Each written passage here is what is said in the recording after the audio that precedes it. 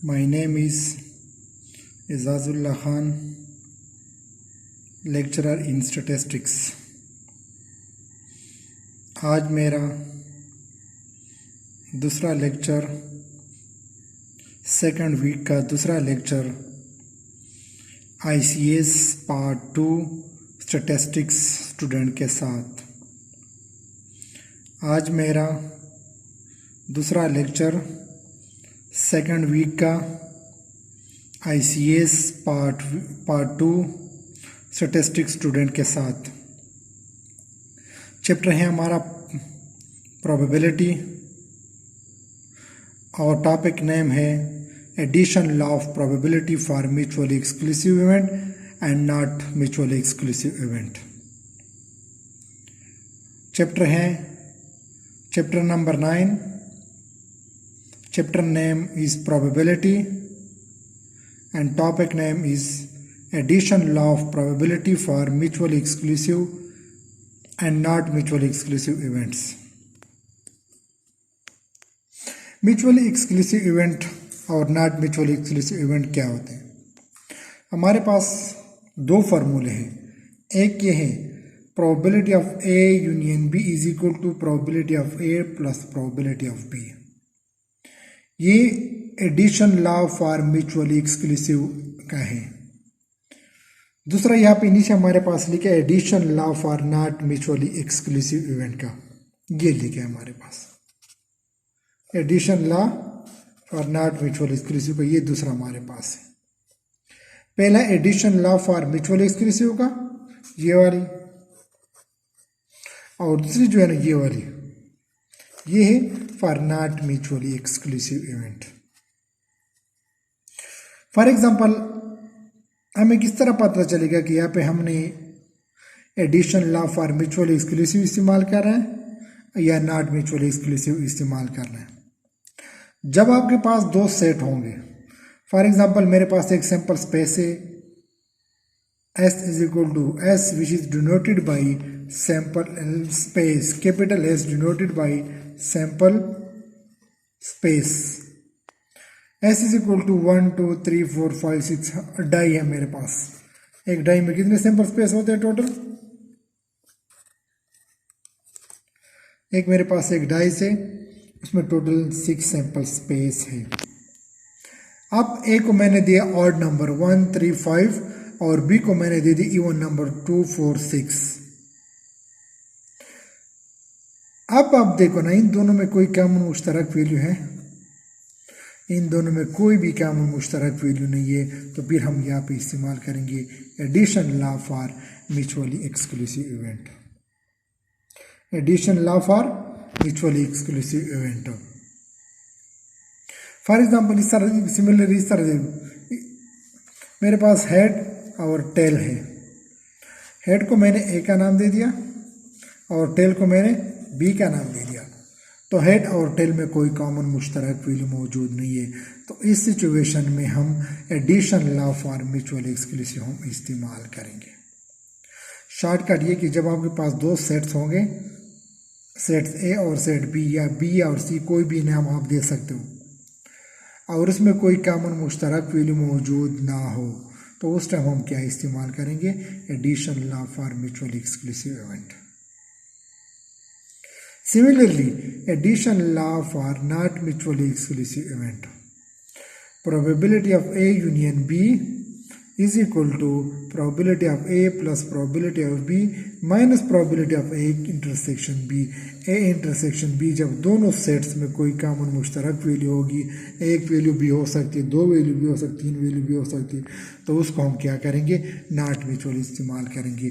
For example आपके पास दो sets है, A इज इक्वल टू 1 3 5 और B आपके पास है 2 5 6, तो इन दोनों में A intersection B common value क्या होगी? दोनों में कॉमन मुश्तरक वैल्यू क्या है? 5।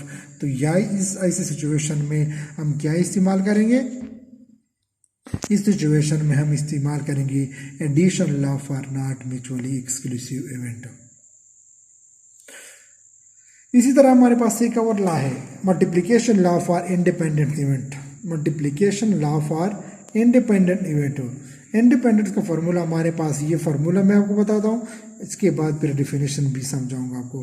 Probability of A intersection B is equal to probability of A plus multiply by probability of B, probability of A dot probability of B. ये है आपके पास addition law for mutual, addition law sorry multiplication law for independence, multiplication law for independence event. If definition क्या है, if the occurrence of one event does not affect the occurrence of the other event then it is called independent events। जब एक event की अकर से दूसरे के event पे कोई असर ना पड़े, इसको क्या कहते हैं, इंडिपेंडेंट इवेंट। फॉर एग्जांपल मेरे पास इसके एग्जांपल नीचे पीछे लिखे, इसी तरह सिमिलरली इसी तरह डिपेंडेंट इवेंट क्या होता है, इंडिपेंडेंस में एक इवेंट दूसरे इवेंट पे इफेक्ट नहीं करेगा, लेकिन डिपेंडेंट इवेंट में एक इवेंट दूसरे इवेंट पे इफेक्ट लाजमी करेगा। इंडिपेंडेंट क्लियर कट नाम से भी पता चलता है कि इंडिपेंडेंस की क्या मानी है, आज़ाद, इस पर कोई भी फ़र्क नहीं पड़ता। यानी एक के फॉर एग्जांपल दो स्टूडेंट एग्ज़ाम दे रहे हैं, तो दोनों में से एक पास और एक फेल, तो एक दूसरे का पास और फेल एक दूसरे पे कोई इफेक्ट नहीं करता, दोनों आपस में क्या है, इंडिपेंडेंस है। एक बंदा पास हो गया स्टूडेंट और दूसरा स्टूडेंट क्या हो गया, फेल हो गया, तो दोनों फेल पास वाले का फेल पे कोई इफेक्ट नहीं होता और फेल का पास होने पे कोई इफेक्ट नहीं होता। This is called independence event. Independent event क्या होता है, if the occurrence of one event affect the occurrence of the other event then it is called dependent event। यहाँ पे हमारे पास एग्जाम में फॉर एग्जांपल एक डाई है, इसमें टोटल कितने सैंपल स्पेस है, 6, 1 2 3 4 5 6 6 फेसेस है हमारे पास, टोटल 6 सैंपल स्पेस है हमारे पास। अब एक इवेंट मैंने निकाल दिया फिर वापस कर दिया, तो हर एक की प्रोबेबिलिटी हमारे यहाँ पे क्या है, 1/6 से प्रोबेबिलिटी पे कोई भी असर नहीं पड़ेगा, सबकी प्रोबेबिलिटी के आपस में बराबर है। जिस तरह सिमिलरली इस तरह हेड और टेल में दोनों की प्रोबेबिलिटी क्या है, 1/2, पास और फेल की प्रोबेबिलिटी क्या है, वो भी 1/2 है। ठीक है, इस तरह हमने प्रोबेबिलिटी में पढ़ा था स्टार्ट में। ठीक है, तो इंडिपेंडेंट इवेंट में एक इवेंट के अक्रंस से दूसरे इवेंट पे कोई असर नहीं पड़ेगा, इसको कहते हैं इंडिपेंडेंट इवेंट। अब इसी तरह देखो डिपेंडेंट इवेंट क्या होता है, फॉर एग्जांपल पहले इवेंट की प्रोबेबिलिटी है 1, अब पहले एक दफ़ा मैंने बाहर निकाल दिया, इसको दोबारा मैं अंदर नहीं करूँगा, तो इसके बाद 2 की क्या होगी, जब एक वैल्यू कम हो गई, टोटल तादाद 6 था आपके पास, तो वो 6 में से एक कम हो गई तो टोटल का तादाद कितने रह गया, 5 रह गया। तो अब 2 की प्रोबेबिलिटी क्या हो गई, 2 की प्रोबेबिलिटी हो गई 1/5, 3 की हो गई 1/4, 4 की हो गई 1/3, 5 की हो गई 1/2 और 6 की हो गई 1/, क्योंकि आहिस्ता जब हमने 2 को निकाल दिया तो 2 को दोबारा हम वापस रिपीट नहीं करेंगे। इसी तरह हम 3 को बाहर निकालेंगे तो 3 को रिपीट नहीं करेंगे, 4 को निकाल देंगे 4 को रिपीट नहीं करेंगे, 5 को निकाल दें, इस तरह ये आपके पास क्या होगी, आहिस्ता आहिस्ता एक की प्रोबेबिलिटी बतदरीज क्या होगी, कम होती जाएगी। इसको कहते हैं डिपेंडेंट इवेंट, डिपेंडेंट इवेंट। तो इंडिपेंडेंट में एक इवेंट के दूसरे इवेंट पे कोई फर्क नहीं पड़ता, लेकिन डिपेंडेंट में एक इवेंट का दूसरे इवेंट पे लाजमी फर्क पड़ता है।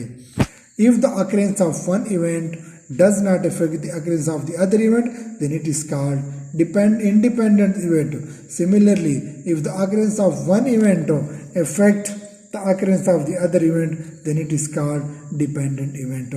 इंडिपेंडेंस में एक इवेंट की दूसरे इवेंट पे कोई इफेक्ट नहीं होगी, यानी एक इवेंट की प्रोबेबिलिटी पे दूसरे इवेंट की प्रोबेबिलिटी का कोई असर नहीं पड़ेगा, लेकिन डिपेंडेंट इवेंट में एक इवेंट दूसरे इवेंट पे लाजमी इफेक्ट करेगा। अब हमने कल पहले लेक्चर में प्रोबेबिलिटी की डिफिनीशन वगैरह पढ़े थे, अब हमने 2 और लास्ट पढ़े, addition law for mutual exclusive, not mutual exclusive, and dependence law for independence, multiplication law for independent और इंडिपेंडेंट, दोनों के लिए अलग अलग हमने पढ़ी है। अब मैं इनके पेज पे न्यूमेरिकल क्वेश्चन करूँगा। पहले प्रोबेबिलिटी सिंपल जो हमने स्टार्ट किया उस पर करूँगा, फिर एडिशन लॉ पे करेंगे, हिस्सा हिस्सा एक एक जो जो टॉपिक हमने पढ़े उस पर हम बतदरीज न्यूमेरिकल क्वेश्चन सॉल्व करेंगे। अब पहला हमारे पास एक न्यूमेरिकल क्वेश्चन एक्सरसाइज का पहला क्वेश्चन है कि 2 coins are tossed once. 2 coins are tossed once. Find the following probabilities. Exactly 2 heads, exactly 2 tails, at least 1 head, at least 1 tail, no head. ये न्यूमेरिकल क्वेश्चन में हमसे ये पार्ट्स मांगे हैं, 1 2 3 4 5 पार्ट्स टोटल। अब जब हम 2 कॉइन को टॉस करते तो हमारे पास कितने सैंपल स्पेस होंगे? टोटल हमारे पास एक डाई में 2 फेसेस होते हैं, और जब मैं इनको 2 दफ़ा टॉस करूं या 2 डाई को मैं एक दफ़ा टॉस करूं फिर भी मेरे पास क्या आएगा? वही 4 आएगा। 4 सैंपल स्पेस हमारे पास आएंगे। Head head, head tail, tail head, tail tail. ये टेल टेल हमारे ये टोटल हमारे पास कितने सैंपल स्पेस बन गए? टोटल हमारे पास बन गए 4 सैंपल स्पेस बन गए। एन एस हमारे पास क्या हो गया? Total sample space, number of sample space हमारे पास हो गया 4। अब एक न्यूमेरिकल क्वेश्चन में जो पहले पार्ट में किया गया एग्जैक्टली 2 हेड्स। अब इस सैंपल स्पेस में वो कौन सा सैंपल पॉइंट है, ठीक है, जो जिसमें दोनों के दोनों हेड मौजूद है? कितने हैं? A is equal to exactly 2 head, A जिसमें दोनों के दोनों हेड है, वो कितने आपके पास? 1 है। और टोटल तादाद क्या है? 4। इसकी फार्मूला आपको मैंने बताया था कि probability of A divide by N S. Total तादाद आपके पास है 4 और ये एक ग्रुप ऐसा है जिसमें दोनों के दोनों हेड है आपके पास। Similarly exactly 2 tails, exactly 2 tails का भी यही तरीका कार है। बी मैंने दे दिया एग्जैक्टली 2 टेल्स, 2 टेल्स को मैंने कौन सा नाम दे दिया? बी का नाम दे दिया। अब वो कितने सैंपल स्पेस में? देखो आखिरी वाला देखो ना, ये आपके पास है, ये आपके पास है जिसमें दोनों के दोनों टेल है, वो भी कितने? वो भी 1 है। और उसका भी वही फॉर्मूला है कि probability of B is equal to N B divide by N S. ये आपके पास क्या है? दूसरा पार्ट हो गया। तीसरा पार्ट क्या है कि एटलीस्ट 1 हेड, एटलीस्ट 1 हेड जिसमें कम से कम 1 हेड हो या 1 से ज़्यादा भी हो सकता है। तो देखो ना, head head, head tail, tail head, जिसमें इस ग्रुप में 3 ऐसे सेट में 3 ऐसे वैल्यू ग्रुप है जिसमें 1 हेड है, 1 से 2, 1 से ज़्यादा है। वो टोटल कितने आपके पास? 3 है। तो 3 डिवाइड बाई टोटल तादाद क्या है? 4। ये आपके पास हो गया न्यूमेरिकल क्वेश्चन। इसी तरह अगर हम डाई की क्वेश्चन करेंगे, यानी एक डाई का क्वेश्चन 20 साल देखो ना, when 2 dice are thrown what is the probability that the sum is same number? दूसरा पार्ट है sum of 2 dice is 8, product of 2 number is 6। ठीक है, जब हमने 2 डाई को टॉस किया तो फर्स्ट ऑफ ऑल हम देखेंगे हमारे पास सैंपल स्पेस कितने हैं। एक डाई में 6 सैंपल है, 2 में क्या हो गया आपके पास? 2 डाई में आपके पास 36 सैंपल स्पेस बनेंगे। 6 मल्टीप्लाई बाई 6 कितने बनेंगे? 6 मल्टीप्लाई बाई 6 36 सैंपल स्पेस बनेंगे। किस तरह बनते? 1 1 1 2 1 3 1 4 1 5 1 6 2 1 2 2 2 3 2 4 2 5 2 6 3 1 3 2 3 3 3 4 3 5 3 6 4 1 4 2 4 3 4 4 4 5 4 6 5 1 5 2 5 3 5 4 5 5 5 6 6 1 6 2 6 3 6 4 6 5 6 6। टोटल कितने सैंपल स्पेस हो गए? एक ग्रुप में 6 है तो हमारे पास टोटल 6 ग्रुप है और टोटल कितने आपके पास सैंपल स्पेस हो गए? 36 सैंपल स्पेस आपके पास हो गए। अब पहला पार्ट उन्होंने मांगे कि सेम नंबर, सेम नंबर क्या होता है? 1 1 2 2 3 3 4 4 5 5 6 6। ये सेम नंबर है आपके पास। ये क्या है आपके पास? ये आपके पास सेम नंबर है। टोटल कितने? 1 2 3 4 5 6। Probability of A N A divide by N 6 divide by the total तादाद आपके पास 36 है और वो ऐसे जिसमें सेम वो तादाद क्या है 6 है आपके पास। पहले ये पार्ट हो गया। B sum is 8 and 2 die. ऐसे में देखो ना, जिसको दोनों के पार्ट को मैं जमा करो उसे सम 8 आता है, वो कितने आपके पास। पहले देखो 2 और 6 को जमा करो 8 आता है, 3 5 को जमा करो 8 आता है, 4 4 जमा करो, 5 3 जमा 6 2 जमा करो, ये आपके पास टोटल कितने हो गए 1 2 3 4 4 ऐसे ग्रुप सेट ग्रुप है हमारे पास। इसको मैं जमा करो, उसके प्लस से हमारे पास क्या आता है 8 आता है, तो 6 5 डिवाइड बाई 36। तीसरा पार्ट क्या कह रहा है, तीसरा पार्ट कह रहा है कि the product of 2 number is 6। जब मैं उनको मल्टीप्लाई करूं उस सेट में, ऐसे ऐसे सेट को मैं निकालूंगा, ग्रुप्स में निकालूंगा जिनको मैं मल्टीप्लाई करूं और उस मल्टीप्लिकेशन से मेरे पास क्या आ जाए 6 आ जाए। 2 3 3 6 3 2 6 3 2 6 1 1, ये आपके पास टोटल कितने हैं आपके पास, ये टोटल आपके पास क्या है, ये आपके पास टोटल हो गए 4 और 4 आपके पास क्या है टोटल ऐसे है जिसको हमने क्या कर दिया टोटल तादाद पे डिवाइड कर दिया। अब हमारे पास एक और न्यूमेरिकल क्वेश्चन है बुक में, यहाँ पे नहीं लेकिन बुक से मैं आपको सॉल्व करके इधर सॉल्व करूंगा ना।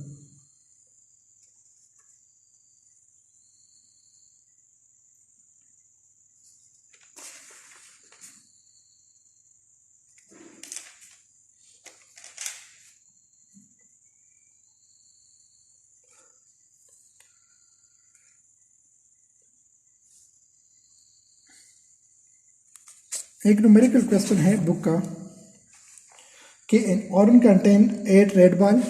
एक हमारे पास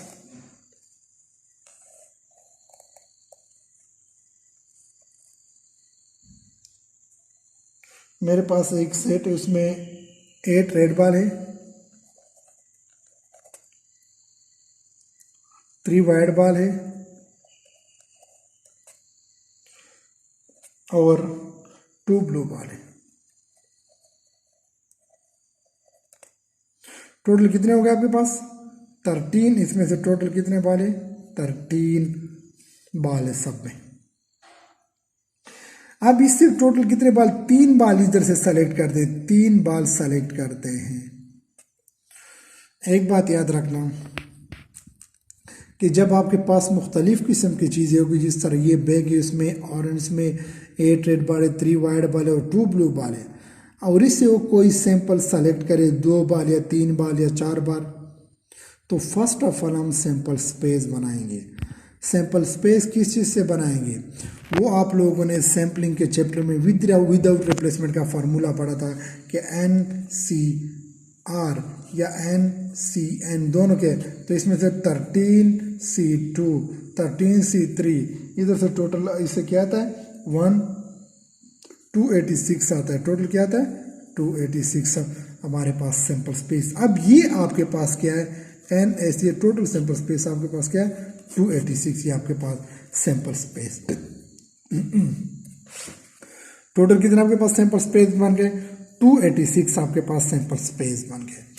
अब इसके क्वेश्चन देखोगे, क्वेश्चन में क्या मांगा है, ऑल आर 3 रेड बॉल। ये कह रहा है कि हमने जो ये 3 बॉल सेलेक्ट किए, तीनों के तीनों रेड बॉल है, यानी ये तीनों के तीन जो हमने सेलेक्ट ये रेड बॉल का हिस्सा है। तो ये हम किसको देखो रेड कितना हमारे पास है कि ए डिनोटेड ऑल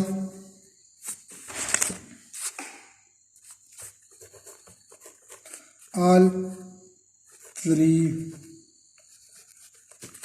और रेड बॉल। तो ये तीनों की तीनों हम किस चीज़ को देंगे रेड बॉल को देंगे। Probability of A is equal to total हमारे पास रेड ये है और इसको हम मैंने दे दिया ये तीनों की तीनों red ball divide by 286 total तादाद। तो इससे आप कैलकुलेशन करोगे आपके पास आ जाएगा 56 डिवाइड बाई 286। ये आपके पास क्या हो गया पहला पार्ट हो गया।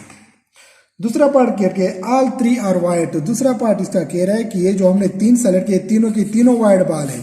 बी पार्ट का क्या है, तीनों के 3 ऑल 3 आर वाइट बाल।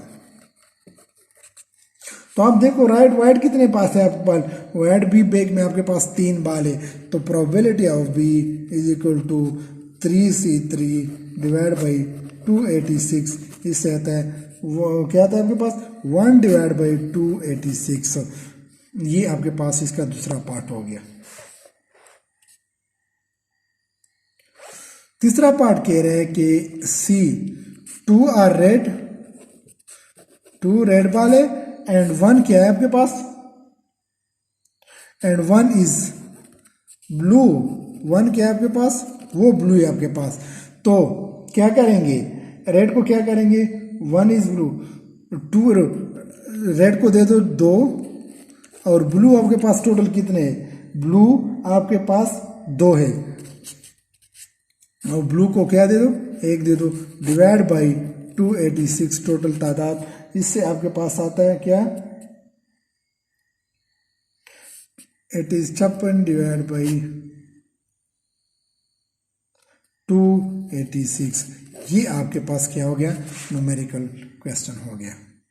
जब भी आपके पास मुख्तलिफ़ किस्म की चीज़ें होगी एक बैग में या किसी पॉकेट में और इससे वो कोई सैंपल सेलेक्ट कर दे, तो फर्स्ट ऑफ ऑल हम क्या करेंगे, सैंपल स्पेस बनाएंगे।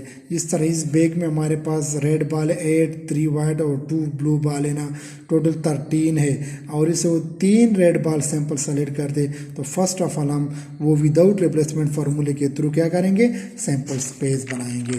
पहला पार्ट इस क्वेश्चन में मांगे कि ऑल 3 आर वाइट, जो हमने 3 बाल सेलेक्ट किए वो तीनों के तीनों रेड बाल है, तो प्रोबेबिलिटी ऑफ ए 8C3 यानी 8 हमारे पास रेड बाल है और ये जो 3 हिस्सा हमने सेलेक्ट किए ये रेड क्या है, तो ये इसी 3 को दे दो डिवाइड बाई टोटल तादाद।